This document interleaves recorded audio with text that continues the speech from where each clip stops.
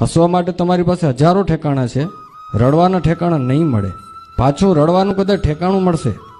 જે કારણથી તમે રડો છો એ કારણને સમજનારા નહીં મળે, અને કદાચ એવાય મળશે તો જે કારણે તમે રડો છો એ કારણ મિટાવી દે એવા તમને બહુ ઓછા મળશે. અને એવા જ્યારે તમને મળી જાય ત્યારે એને જાળવી લેજો. એ તમારા જીવંત ટેકા છે, એ તમને કામ આવશે.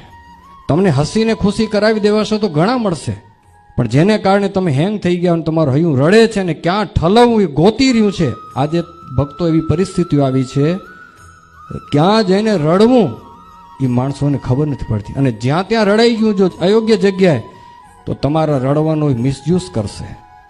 બહુ ખ્યાલ રાખવાની વાત છે. ગમે તે રડતા નહીં. મારે જ ના પાડીએ વચનામૃતમાં ગમે તેની આગળ દિલ ઠાલવવાનું નથી, ના પાડી છે મહારાજ કે આપણા દોષને ટાળે એવાય ઘણા હોય, પણ એમાંથી ગોતજો. જેના દોષ ન હોય એવા નિર્દોષ ઘણાય હશે,